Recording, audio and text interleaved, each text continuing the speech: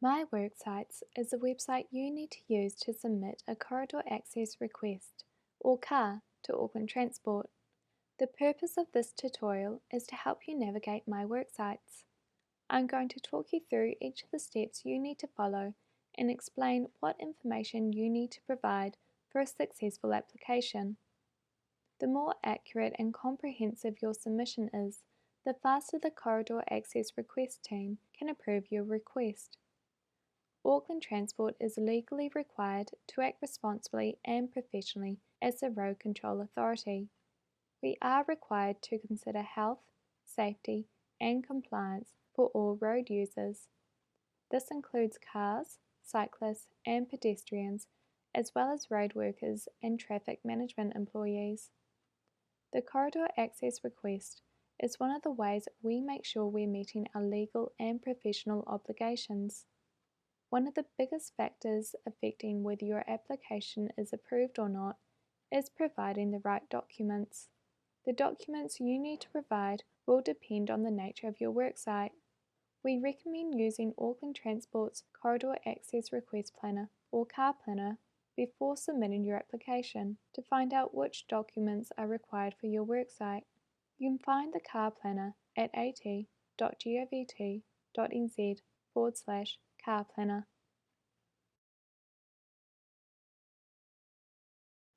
The first thing you need to do is open up My Worksites at manage.myworksites.co.nz. If you already have an account with My Worksites, you can log in from here. If not, you'll need to register an account. To do this, click Register Account and fill in the details. You'll receive an email with a verification link. Click on the link to activate your account. Once you've logged into your account, you can start your corridor access request by clicking Create Worksite. The first step in creating your corridor access request is to complete the Create Worksite form. The default application type is Worksite. In most cases, you don't need to change this. When entering the worksite name, the best practice is to include the address and describe what works you're carrying out. In this case, I'm replacing a pedestrian traffic signal at 29 Edinburgh Street. Since this is an Auckland Transport Corridor Access request, the road controlling authority will be Auckland Transport. The worksite client fields are where you enter the details of the principal or asset owner. If you're a subcontractor or you're applying for a corridor access request on behalf of someone else, such as a private developer or utility company, please check who the principal or asset owner is. For long-term projects, the principal client is usually the developer.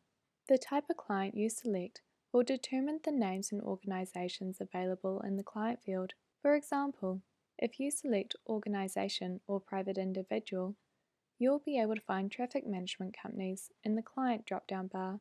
For the client field, only registered clients will appear in the drop-down bar. To add a new client, please contact daniel.simons@at.govt.nz. For the client contact field, put the details of the person you want Auckland Transport to contact concerning your worksite. Start typing their name and select it from the drop-down bar that appears. If you want to add a new contact, select Add New and enter the person's details in the fields that appear. If your organisation or client only pays to purchase order, enter the number into this field. Otherwise, this responsibility falls on the bill payer. If you have an existing project, search by entering the name of the project in the project field. If this work is not part of an existing project, you'll need to create a new one. In this case, I need to create a new project, so I'll click Add New.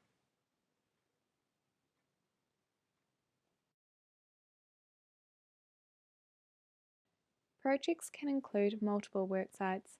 For my project, I'm going to be replacing all the pedestrian traffic signals along Edinburgh Street.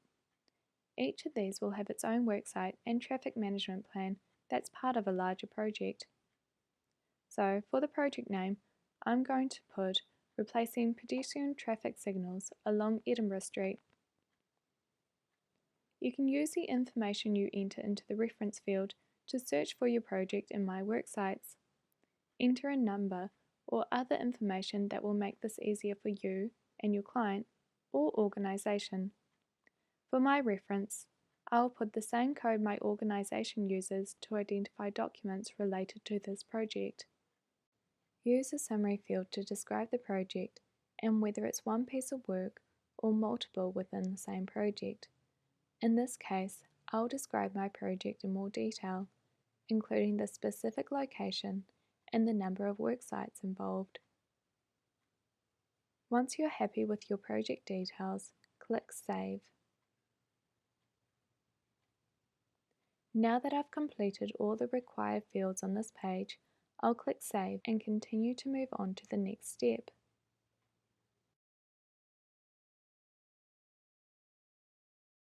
The Worksite Details form is where you will start to provide specific information about your worksite. As you can see, the worksite name has populated automatically based on my previous entries. Like the project reference, you can use the Worksite Reference field to enter a name or number that is relevant to you, your client, or your organisation. Again, you can use this to search for your worksite later. As this is my first worksite within the project, I'm going to enter the O1 followed by the project reference I entered earlier. The address field should be the primary worksite address. Start typing the address into the field and then select the correct one when it appears.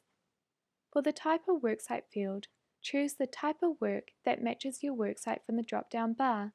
Select excavation for any work that involves altering the surface of the road, footpath or berm. Select non-excavation for things like lawn mowing or placing a skip bin or container on the road corridor. And select event if your work is for an event like a race or parade. Choose the option that reflects the current stage of your work. For example, if you're applying to do non-excavation work for a project that will later involve excavation, such as constructing a driveway, choose non-excavation for now. You can come back and edit this when you move on to the excavation stage of your work. In this case, I'll need to do some digging for the new traffic signals, so I'll select excavation. The work window is a range of days which you expect to complete your work. Auckland Transport recommends allowing yourself enough time for unexpected delays, like those caused by bad weather. Any work window greater than 28 days will be treated as a project and will incur higher fees. Excessive windows will be declined during review, so allow some scope for change, but be realistic. For this worksite, I'm going to enter a 7-day work window. Use the actual work duration field to enter the number of days within your work window that you'll actually be on site. You can see it has automatically populated with the number 7 based on my work window, but will only be working on site for 4 of those days, so I'll manually change it to 4. The start time and end time refers to the time you expect work to start and finish on your actual work days. These times need to match the times in your traffic management plan and the details you provide when creating your layouts later on in the My Worksites application process. If you have different work hours for different days, enter the longer hours. If your temporary traffic management will remain on site for the duration of your work window, you can indicate this by entering 0 for the start and end times. In this case, my worksite is not going to affect any schools, businesses, or other key locations, so we'll be working outside the standard peak hours from 9 AM until 4 PM. I've completed all the information I need to provide on this page, so I'll click Save and Continue to move on.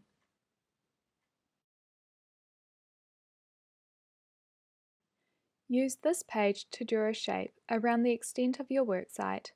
This is called a polygon. Make sure your polygon covers the entire site, from the advance warning sign to the work end sign. Your polygon needs to match the details in your traffic management plan, otherwise your submission will be declined. I'm going to draw my polygon by clicking on the map to place dots that form the corners of my worksite. I can adjust the dots by clicking and dragging them to the right place. If I make a mistake, I can click the rubbish bin icon to delete my drawing so I can start again. You'll notice there's a coloured line running down the middle of the road. The colour of the line indicates the type of road. I can check what the colour means by looking at the key here in the top right corner of the window. In this case, the line is green, which tells me this is a level 1 road. Please note that if you're doing work on the berm or footpath that doesn't affect the road, your polygon still needs to cross this line in the middle of the road for the My Worksites to pick it up. The default view of the map shows a street view, but you can change this to look at the satellite view. This can be helpful if your worksite is in a rural area and you want to see landmarks to help you identify the location of your site. Now that I've drawn the extent of my worksite, you'll notice the map is displaying other worksites with the same dates. This is a great opportunity to check if my worksite clashes with any others. I'm going to zoom out by clicking the minus icon in the toolbar on the left so that I can see what other work is happening nearby. I can move around the map by clicking and dragging. For sites that overlap or are nearby your worksite, we recommend clicking into them to view their traffic management plans. It's also important to check any detours associated with nearby worksites, as these might impact your worksite too. As you can see, this polygon here is near my worksite. I'm going to click into it so I can understand the nature and scale of the work and find out who to contact so we can work together to manage the impacts of our worksites on road users. If your worksite overlaps with another, you need to provide written proof you have discussed any clashes with relevant worksites as part of your application. Keep a record of your emails with clashing worksites. I'll show you where to upload these along with other relevant documents later. Getting in contact with other worksites can take time, so for this worksite, I would want to get onto it right away. Remember, the road corridor is a shared space, and it's in everyone's best interest to check clashes up front to manage impacts on road users and help keep everyone safe. If you've already identified and contacted any clashing worksites, your application will be processed more quickly and is less likely to be rejected. Once you've drawn your worksite, take a look at the options on the right-hand side of the screen. Tick Full Road Closure Required if your site requires all lanes to be closed in both directions. You can see that the traffic management level has automatically populated with level 1. It has detected the road level based on my drawing. Remember, the green line in the middle of the road indicates that it's level 1. If the system isn't able to detect the road level automatically, the field will auto-populate with I don't know. If this happens, you can use a website called Mobile Road to check the road type manually. For the road type, choose the option that matches your road, either local authority road, non-motorway state highway, or motorway. In this case, Edinburgh Street is a local authority road. I've completed all the information I need to provide on this page, so I'll click Save and Continue to move on.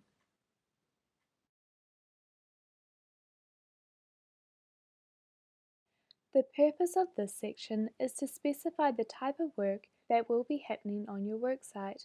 If your worksite involves more than one type of work, you can add a new work item to describe each one. The options under the type of work drop-down bar are separated into excavation, non-excavation, and event. Scroll to the appropriate section to find your work type. If your type of work is not listed in the drop-down bar, you select the other option under the relevant category and use the field that appears to describe your work. In this example, I'll scroll to the excavation section. There isn't an option specifically for replacing traffic signals, so I'll choose installing other structures and then use the field that appears to specify I'm applying to replace a pedestrian traffic signal. Under locations of work, you need to select all parts of the road that will be affected by your work. In our example, The work will affect the carriageway, footpath, and the berm. The depths and lengths fields are only for excavation work items, so you can leave them blank if your work is non-excavation or an event. Even for excavation work, this information is not required by Auckland Transport, but may still be useful for you and the Corridor Access Request team assessing your application. These fields aren't essential for our work, so we will leave them blank. The description field should give an overview of the work item and its location. This gives the Corridor Access Request team a good indication of the impacts of your worksite. In this case, I will write a similar description as what we have entered previously, but in greater detail. If your worksite involves more than one type of work, you can click Add Work Item and add the details for each type. In this case, I only need one work item, so I will click the Delete button to remove the extra one I created. Please note, you can only add items of the same work type. For example, since my first work item is excavation, I can only add other excavation work items. Once you've added all the work items you need, click Save and Continue to move on to the next page.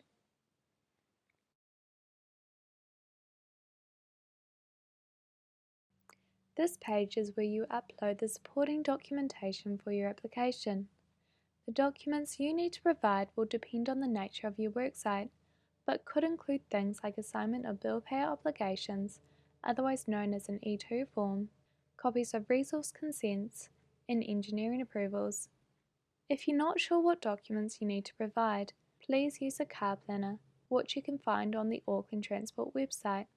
The CAR planner will ask you a series of questions about your work and provide you with a list of documents you need to provide for your application. You'll see there's a drop-down bar with a list of document types. To upload my resource consent, I'm going to choose the Resource Consents option and then click the Add Document Item button. I'll browse through my folders and then select the document I want to upload. For documents that don't fit into the categories provided, you can use the Other Info option. For example, I want to upload my proof of discussions with clashing worksites. There's no category for this, so I'll select Other Info and then upload the relevant document. Save yourself time and stress by making sure all the documents you provide are complete and accurate before submitting your application. Incomplete documents like unsigned E2 forms are a major reason for corridor access requests being rejected. You must include confirmation of any work clashes and any service disruption approvals before submitting your request, otherwise your application will be rejected. It also helps to label your documents clearly so it's faster for the corridor access request team to find the relevant information when they're reviewing your application. Once I'm happy that I've uploaded all the documents I need and check this against my results from the CAR planner, I'm going to click Save and Continue to move on to the next page.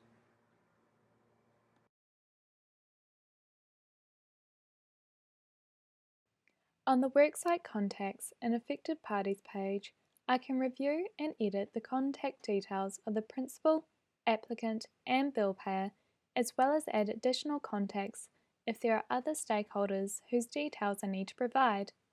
As you can see, the principal client contact fields have auto-populated based on the information I entered earlier when I created my project. The fields under applicant have auto-populated based on the details associated with my individual My Worksites account.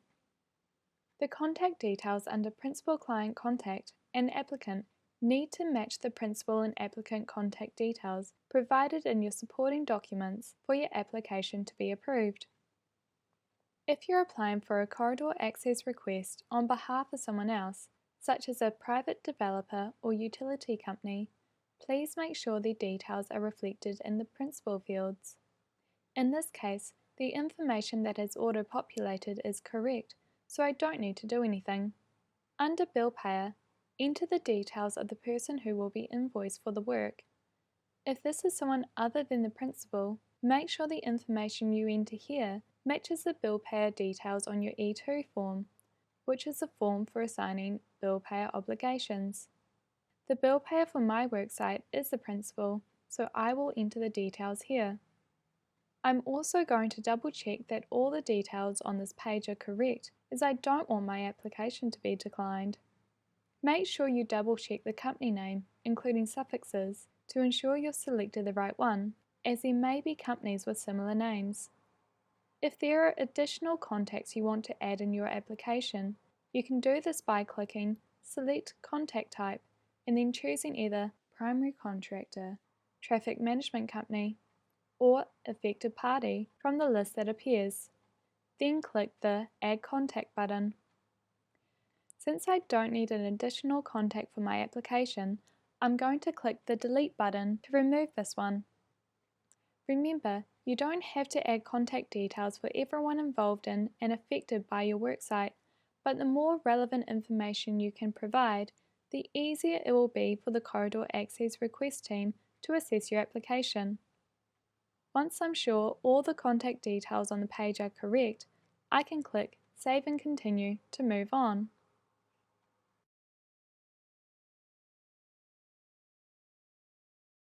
This page shows a summary of all the information I have entered about my worksite so far. Use this opportunity to check all the information is correct. If there are any mistakes, you can use the relevant Edit button to go back in and correct them. At the bottom left-hand side of the screen, you can see there's a notification saying one required item remaining. When I click on this text, I get a pop-up that tells me what information is missing to complete my application. As you can see, it's telling me I need to create a traffic management plan before I can submit. I can click the Create TMP button here, or close the pop-up and click on the orange Create TMP link under the Traffic Management Plan section of the page. This is the first screen you'll see when you start creating your TMP. As you can see, my project and worksite have autofilled. When creating the TMP, ensure the information in the web form matches the information in any supporting files you uploaded when creating your worksite. If they don't, your application may be rejected. The information you enter in the description field can be used to search for your TMP later. It's not a required field, but you can enter a description that's useful for you. Now I'll click Save and Continue. This page gives me a summary of all the details I have entered for my TMP so far. At the top of the page, you can see my TMP has now been allocated its ATT number. This number is unique to my TMP and will be used by the Corridor Access Request team to identify it. Under Layouts, you can click the Add Layout button to create the first layout for your traffic management plan.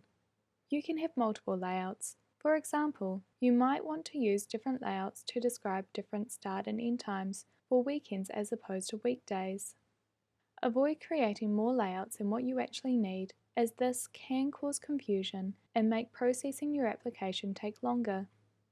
You can use the Permissions section to give additional people or organisations, like a traffic management company, permission to view and edit your traffic management plan. While Auckland Transport is a road controlling authority for most roads in Auckland, the motorways are controlled by Auckland System Management, or ASM. You can also use permissions to add Auckland System Management if your worksite crosses into their network as well.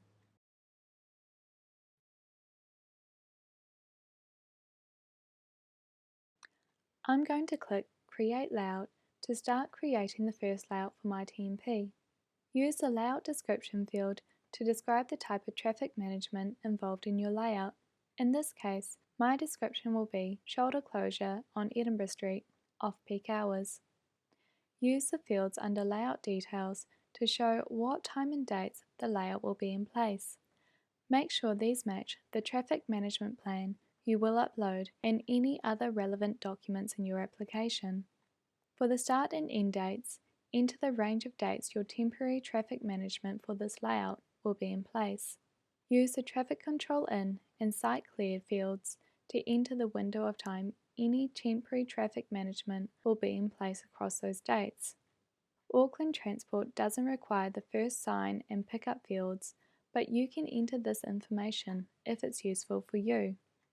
If your temporary traffic management will be in place at different times on different days, for example on weekends, create a new layout for each different time arrangement. Each layout can have a different date range as long as the earliest start date and latest end date fall within the overall date range of your TMP. Ensure any times you enter are appropriate for the type of road, otherwise your application will be rejected. For example, if you apply to start work before 7 a.m. on weekends for a site in the CBD, you will be rejected. Under Will this layout be deployed continuously? Choose Yes if your traffic management layout will stay in place even when you're not working. You should only do this if it's necessary for health and safety reasons. Otherwise, choose No. If you choose Yes, you will need to make traffic control in the same as the site cleared time to indicate a 24-hour period. You should then specify these hours in the layout details. Under Does this layout need to be advertised? Choose Yes if you will be closing all lanes in both directions at the same time. Otherwise, choose No. If your corridor access request involves a road closure, make sure you plan well in advance, as it takes time for road closure advertisements to be approved and published. In this case, I will choose No. In most cases, layouts need to be prepared by a layout designer who is registered with the New Zealand Transport Agency, which is also known as Waka Kotahi. If your corridor access request is only for placing a skip bin or container on the berm, you won't need a registered layout designer. All you'll need is a simple site plan showing the location of the bin or container, which you can create yourself. The Impact section is for you to provide information about how your layout will impact traffic and road users. This is one of the most important parts of your application, so make sure you enter the information correctly. Use the category drop-down bar to choose the type of traffic management involved in your layout. For example, lane closure, signs only, or stop and go. If your layout fits into more than one category, choose the category where your work is likely to have the highest impact. For example, if your layout will include a stop and go sign as well as a one-way detour, choose lane closure as your category because the detour will have a higher impact on road users than the stop and go. When you select some of the options under category, for example ramp closure or lane closure, you'll see another question appear that says, do SCATs need to be notified? SCATs is the organisation that manages any type of traffic light, including those for buses, pedestrians and cyclists. SCATs need to be notified for any work within 100 metres of any type of automated road signal. My traffic management layout will only affect the shoulder of the road, so for category, I'll choose shoulder only. Signage required/used is an optional field for you to select the type of signage your layout requires. This information can help the corridor access request team understand your traffic management plan. Identifying traffic impacts is one of the most important aspects of ensuring your worksite is safe. The corridor access request team will review this section closely, so make sure you select all the relevant impacts of your worksite and ensure they match those on your traffic management plan. I'm going to choose pedestrians affected since my layout involves trenching on the footpath and shoulder closure because we will be closing part of the shoulder off with cones. If you're not sure what impacts of your traffic management layout will be, we recommend using the CAR Planner tool to get some guidance on the impacts you need to consider. You can find the CAR Planner at the link displayed on the screen. The Supporting Files section is where you upload your traffic management plan or site plan. As I mentioned previously, if your application is only for placing a skip bin or container, all you need is a site plan, which is a simple diagram showing the site and location of the bin or container. Traffic management plans themselves are not considered sensitive as they are based on the Code of Practice for Temporary Traffic Management Standard. If you have sensitive documents to include in your application, please add these directly to the Worksite Documents section, as these are viewed only by the Road Controlling Authority. Going back to the Impact section, let's click Edit Layout Extent so we can draw the area our layout affects on the map.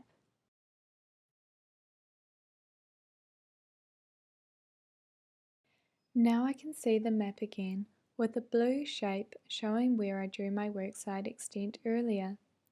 The first thing I'm going to do is tick Show Works in Vicinity. This will get the map to display other worksites as well as any detours, lane closures, and other associated impacts. The purpose of this screen is for you to identify the extent of the impacts on the road within your worksite extent. I'll start by clicking on the road within the blue shape. As you can see, an A and B have appeared on the screen. I can drag these along the road to indicate the length of road that will be impacted by my layout. I'm going to draw the A to here and the B here, as my layout only affects a relatively short area of the road. You can see that the length of road between the A and B shows green. On the left side of the screen, there's a key that tells me what each colour means. As you can see, green means lane opened. I can change the colour to show a different type of impact by clicking on the lane I want to change in this small diagram on the right side of the screen until it shows the right colour. If I wanted to show that the layout involved closing the southbound lane, I would click on the lane twice until it appears black. If the diagram was not displaying the right number of lanes in either direction, I could also correct this by clicking Edit Lane Counts and adjusting the numbers until the diagram matched the road. For my layout, I won't be closing any lanes and the capacity shouldn't be reduced either, since the work is only in the shoulder, so I'll change the colour back to green to show that the lane is open. Once I'm happy I've marked the impact correctly, I'll click Save Impact. If your layout involves creating a detour, click Save and Add Detour. You can see another pair of A and B markers on the map. You can click and drag these to mark the start and end of your detour. You can then click and drag the blue line that appears between the A and B markers around on the map to show the route you intend to detour traffic along. You can see the system automatically generates a description of your detour as well as the distance and time it will take. Marking any detours is important for helping other worksites understand the impact of your work on the road so they can identify clashes. You can create more than one detour if needed. The second can be either completely new or the reverse of the original detour. Once you're happy with your detours, click Save and Return. As my layout doesn't actually require a detour, I'm going to click Cancel. Since I've completed all the information for this layout, I'm going to click Save Layout.